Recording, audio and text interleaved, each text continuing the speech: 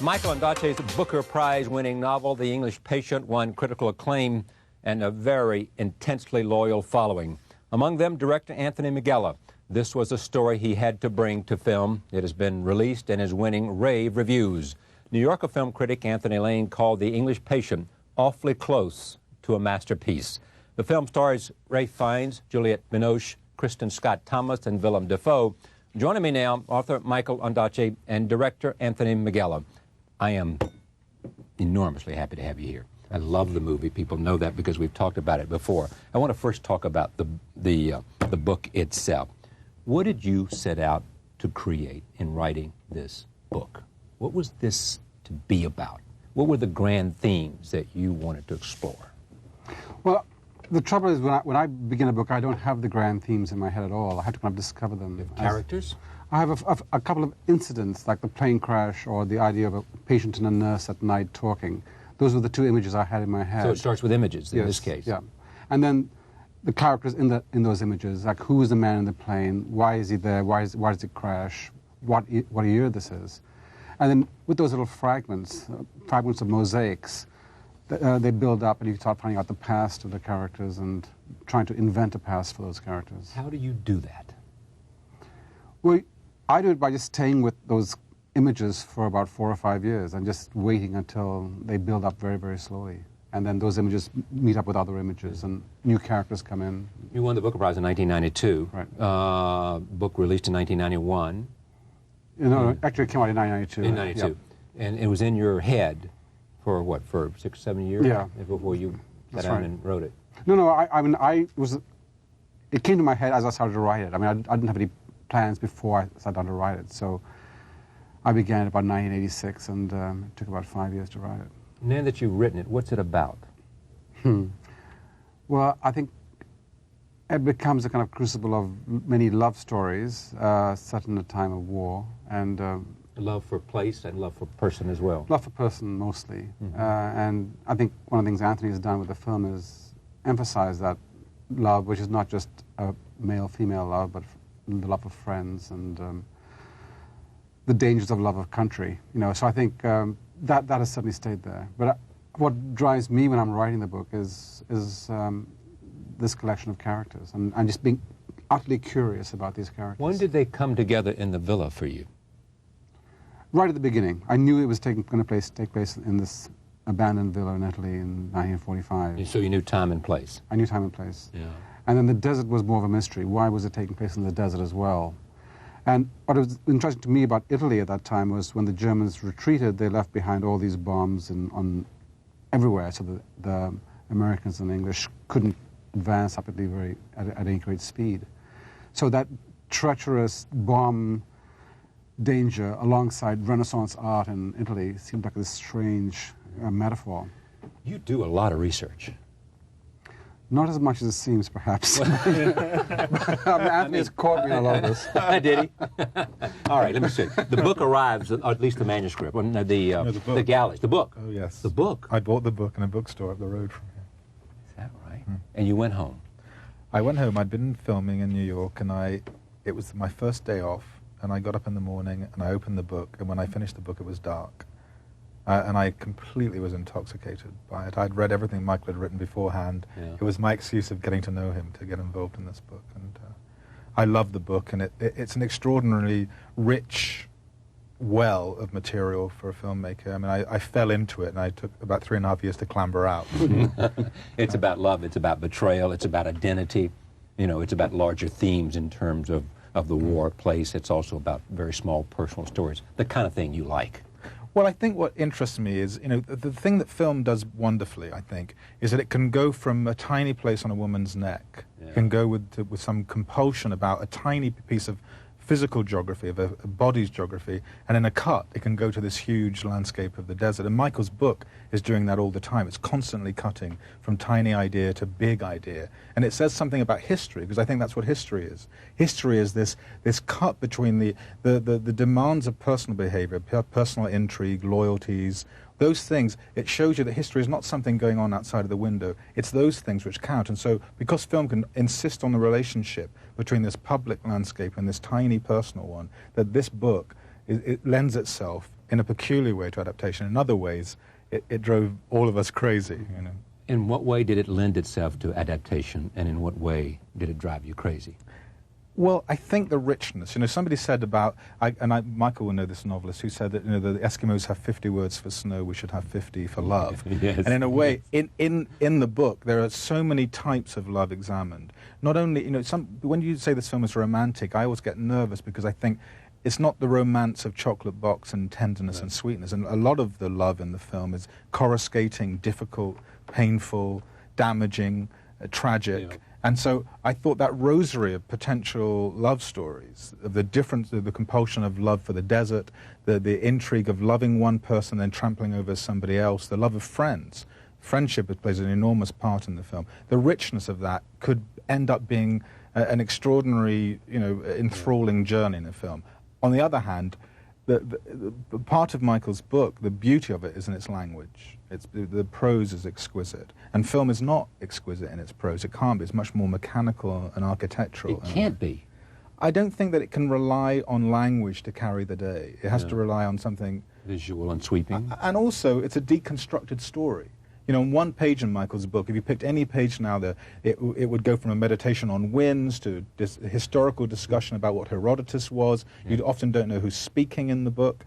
And so film has this obligation, I think, to tell a story. And often when I was working on the screenplay, I felt as though I was reconstructing the book rather than deconstructing. I was trying to write my way towards what was a story.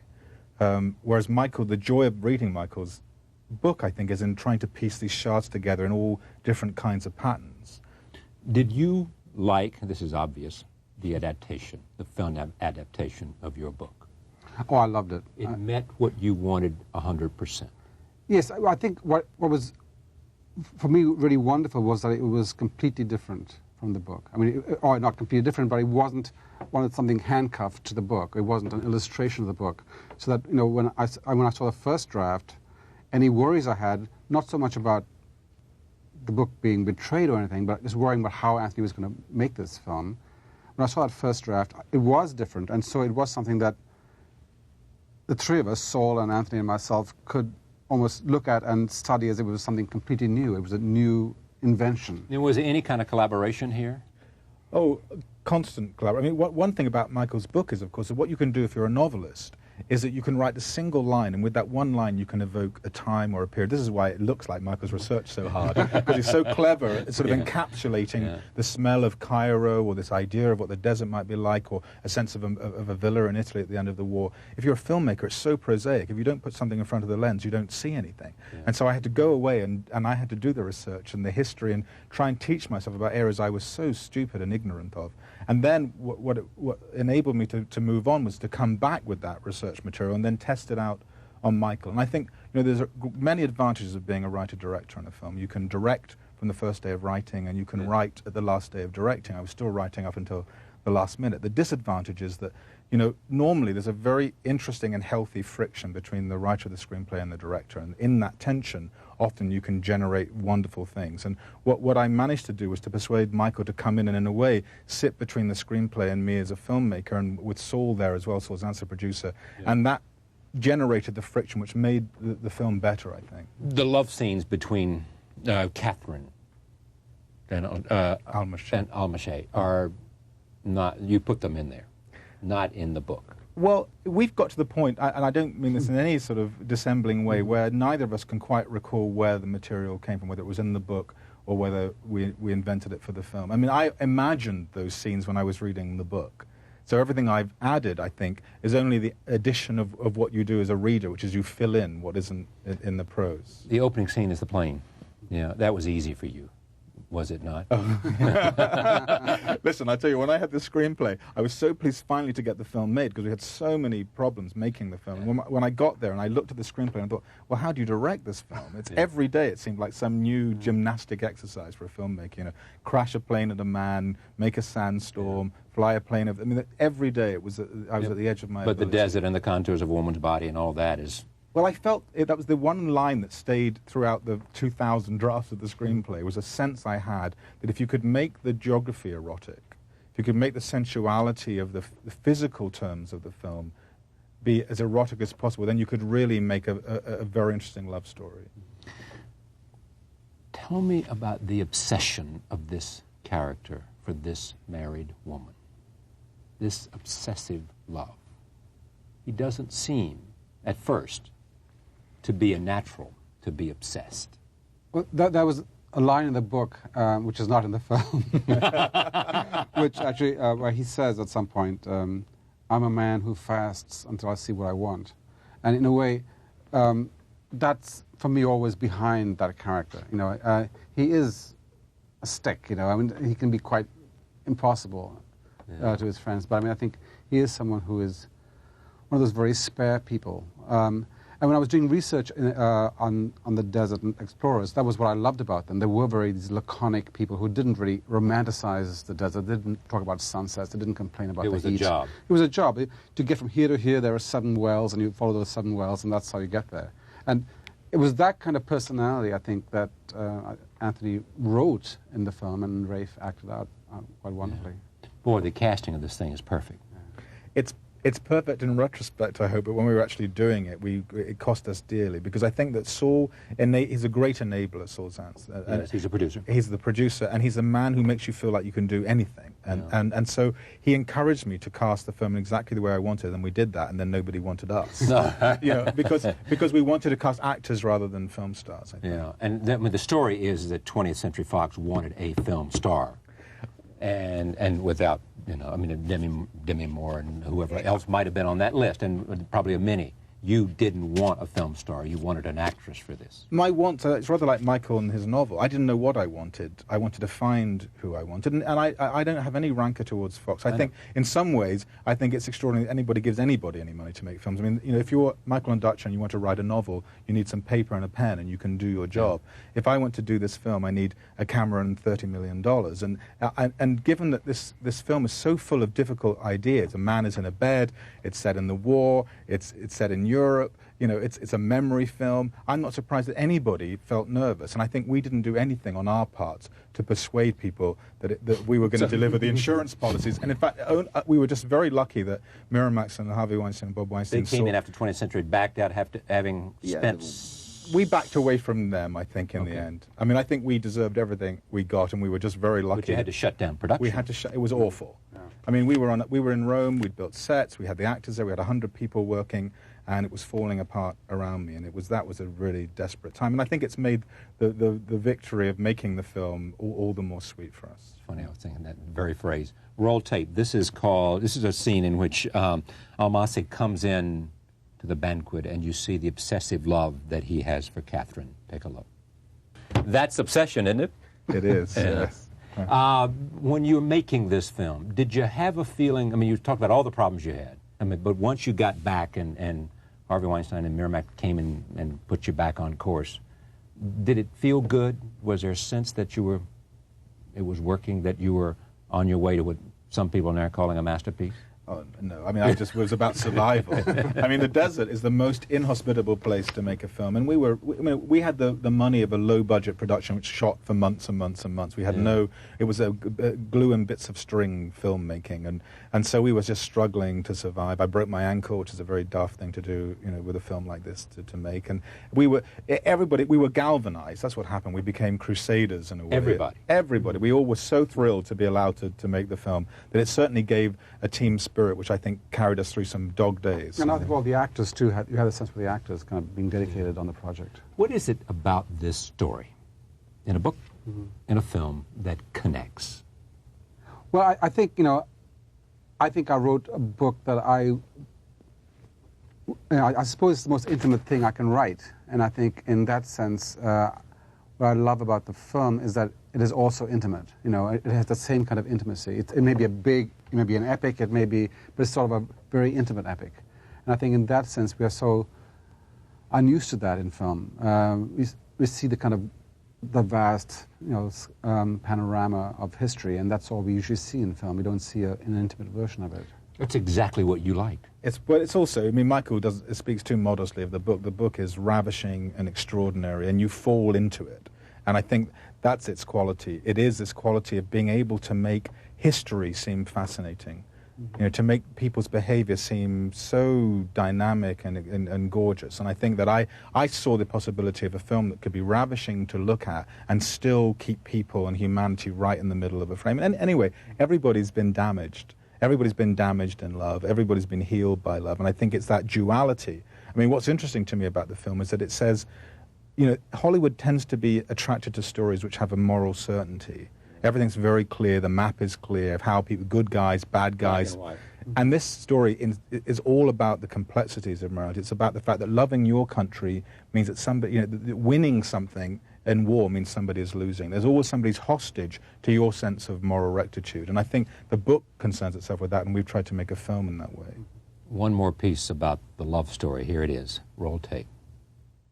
One of the things that's interesting, if people who've read the book and then go see the movie, because the movie's about 2 hours and 39 minutes, if I remember, you forget what might have been in the book and what's in the movie. For example, there's a relationship in the book between Caravaggio and Hannah and Hannah's family. Right. From a previous book, right? Right. Hannah and Caravaggio appeared in an earlier book called In the Skin of a Lion.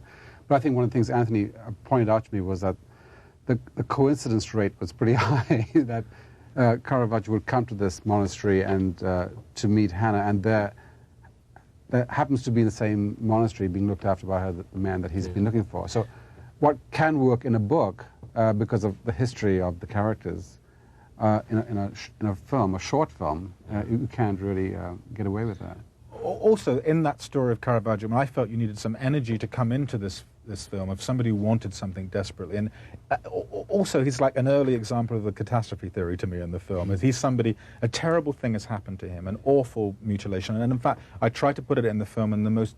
looked away. In the most graphic way for a reason, not because I'm as timid and as worried about those things as anybody else is, but it seems to me that the story of this century has been the fact that people have had terrible things done to them, atrocities visited upon them, and because they won't let go of those real atrocities, and they have every justification for not letting go, but because they won't let go, history can't resolve itself. People can't move on because people are trapped with the bitterness, which is, you know, a just bitterness. But unless they can move on, we can't sort ourselves out. And this part of the century can't continue unless they can move on with some memory, but move on. Yeah, tribalism is killing us. And I suppose this is what the film and Michael's book is saying, is that we can't hold on to the past in the way that this character of Caravaggio does in the film. And in fact, what happens to him is I try to set up a situation where he runs into a room, essentially, and says, I found you, and the guy's lying on the bed, and the thing he most wants is for somebody to put a gun to his head. Yeah. And the absurdity of hanging on, you know, I think is what comes out, the absurdity of that. In the end, does Caravaggio know who betrayed him in the film? I think so. I think it becomes irrelevant. He says he says something, he turns on the English patient at one point and says, because of what you did, thousands of people could have died. And the patient says, well, thousands of people did die, just different people. And I think what I try to say is look at the value of human life. It doesn't have anything to do with color or creed or nationality or loyalty. It just is there. And so I tried to make it irrelevant who had betrayed him. Roll tape. This is a scene in where Caravaggio, played well by Willem Dafoe, asked Juliette Binoche, who plays Hannah, if she loves Ralph Fiennes. Here it is. Tell me about that scene. Well, I think what was ironic to me, and this is one of the beauties of the book, and we try to capture it in the film, is that for all this sense of we understand it's a global village, we're insisting on Europe rather than Britain, we're trying to embrace all of to become civilians of the world. Of course, I'm the most tribal person around, and when we were in Berkeley cutting the film, Michael would tease me because I'd get up at 5 o'clock in the morning to drive into San Francisco to watch England play in the European soccer tournament. and I think that's the other thing I tried to play on, was the humor of the fact that we all have these aspirations, but they're constantly knocked by our own tribalism. But we are small, and then we're comforted and solaced by our nationality, just as much as we know that sometimes it betrays us. Speaking of that, you were born in Sri Lanka. Right. Yes. You went to Canada to be educated. You consider yourself Canadian. You have a Canadian what? Half my head is Canadian, the other half is Sri Lankan still. You know, I mean, I'm a complete mongrel, as Anthony is. You know, and mongrel too, Anthony. Both mongrels. Both mongrels. Mongrels flock together. Yeah. And in fact, I think we both have the same sense of because Michael was educated in England, so was I. My parents are Italian. I think we both have this strange attitude towards England and Englishness. And I think one of the plays in the film is about what is English, what it means to be English. And I think I'm as drawn to England and as terrified of it as Michael is. Drawn to it and terrified, why? Because it's not something, it's hard to be assimilated in England, in a way that here everybody's a mongrel. It's and not they celebrate. egalitarian? It isn't. I mean, it's a wonderful place, and I think of it as my home. But I've always felt, my parents used to call the English l'inglese, you know, and that's what I've always thought. And in fact, Kristen and Ray are perfect examples. They're the sort of people who cut them open. They have a Union Jack flying in the middle. And I was as comfort. Kristen also lives in France. She lives in France. So, but there's something quite terrifying in the certainty and history that I don't think I feel. I don't think Michael feels. Speaking of performance, who gave you the most unexpected performance? Kristen, I think. I mean, Juliette Binoche, I think, is my favorite actress in the world. Juliette Stevenson and Juliette Binoche, I think, are the two people I hold in my... And Juliette has this quality, she's like this, you know, whatever she's feeling, you can see right through her. There's no mediation between this inner being and her heart and what she shows you. And it's a wonderful experience to be around that. Kristen is completely opposite in every sense. You never know quite what's happening. You never know what she's thinking. You never know what she's feeling. And also, we fought for her, and at the same time, the more you fight, the more nervous you get that your judgment is, you know, corrupt or absurd in some way. And to see what... What do you mean? You fought with the studios who said you need a big star? Yeah, exactly. And it was a gamble to cast her. She hadn't carried... And what did you know that made you so sure in the beginning that made you fight for her? Nothing. It's entirely unscientific process. I just felt she was the right person. All right, we'll show in a minute. This is a place where we'll introduce you to Kip. Tell me who Kip is in the novel, and we'll know who he is in the film. Kip is a Sikh He's a sapper, and right. he works for the British Army, part of the British Army, and he's there to dismantle the bombs that the Nazis are fleeing, yes. and this is in Tuscany, and right. and there's still bombs they've left. And he has become enamored of everything English before he gets to the villa. And he loves jazz. Loves jazz and now, loves music. Where did that touch come from? I have a Sikh friend who loves jazz. I think it's quite simple. And no, I love jazz. I mean, I think a lot of your parts of yourself and parts of your friends sneak into books as well. Did you have to go learn how to dismantle a bomb in order to write that? I wouldn't rely on the book to find out how to dismantle a bomb. Of course not, but you had to at least make it believable. Yeah. I made it believable, but I did read a lot of stuff about Second World War bomb disposal. And what's the love between the two of them, between Hannah and Kip? It's a much more tentative love than the love between Kristen Almazi and Catherine, because I think, you know, in some odd way, though they are much younger, or they are younger, they are much more wary. They've both been through a kind of a war, and as a lot of young people today are, much less emotional in some odd way than an older person. And the favorite line of hers is, "Everybody she loves dies." Yeah. Well, that's Anthony, actually. That's Anthony needing you gave that line. It's an angle. Well, it's a movie line. I'm sorry. No, I wanted to make it clear that she felt as if she'd been cursed. Because in a way, it's her I think what happens in war is that superstitions, hold the day. And that drives her to the villa. Drives her to the villa, which became a monastery in the film, because I wanted to literally make it into a retreat, a place of refuge. And then I wanted to say, no, that isn't the case. The people are not cursed. The people can move on. And one of the things that I tried to say, look, it is a tragedy, this film. It's incredibly tragic what happens to these people. But it's not nihilistic.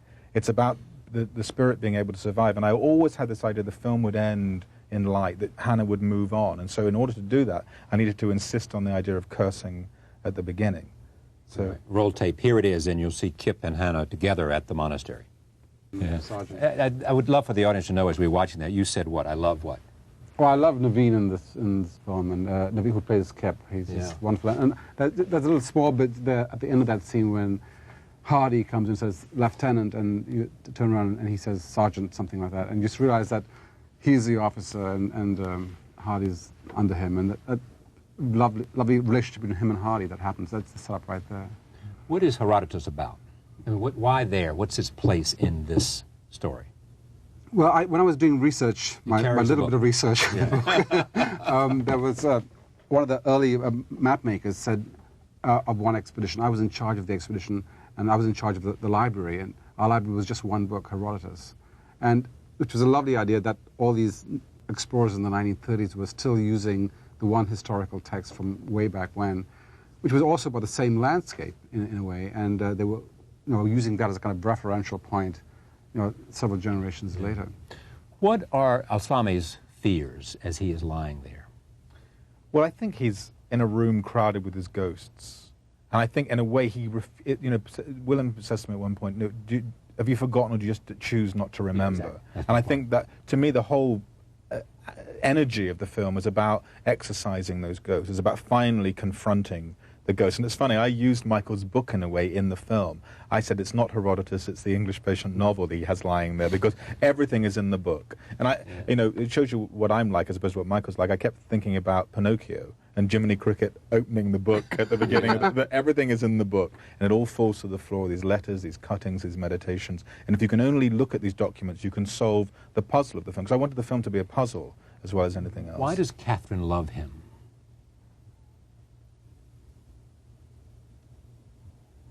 I don't know. That's a question that if you could answer, the world would change immediately. And I think there's something inexorable about the feeling they have for each other. There's something about claiming somebody who's so much inside his own shell. I mean, they're both like crabs in a way to me in the film. They both don't know how to be. They're cut from the same cloth, I think, and they resist their feeling as much as they embrace it. I wanted the film They want it but don't want it. Yeah, I wanted the first time they get together not to be falling into each other's arms, but to actually be a blow, because they're boiling. That's what I feel all the way. There's a sort of lava in them. I saved this scene for the end. I don't want to give it away, but this is a powerful scene. Take a look at this. This is where there is, in fact, a moment in which Alsame finds her and takes her to a cave, and parting words. Here it is. See, she knew that, and she believed that at that moment, and he did. Mm-hmm. You're knocked out by his performance. I think it's one of the most selfless performances in some way. Selfless. Yes, I think it's not a kind of an aria of a leading man. It's such a carefully drawn portrait of a person, with all the variations of tenderness within that kind of cold exterior. And I think it's a beautiful performance. When I first saw the book, it looked like this, The English Patient. And it had a little thing on it that said soon to be a major motion picture. It is now a major motion picture, and everybody is talking about it. There is not a film out that has gotten better reviews than The English Patient. And in fact, as we noticed, Anthony Lake says it's a masterpiece, or as close to a masterpiece as you get. Here is what the book looks like now. Guess whose faces are on there? There is Ralph Fiennes and, what's her name, Kristen Scott Thomas. It's a pleasure to meet you, Michael. Thank you. People are now wanting to go back and read the book because of this movie. You, sir, have done an extraordinary job. Thank you so much. Very much. We'll be right back. Stay with us.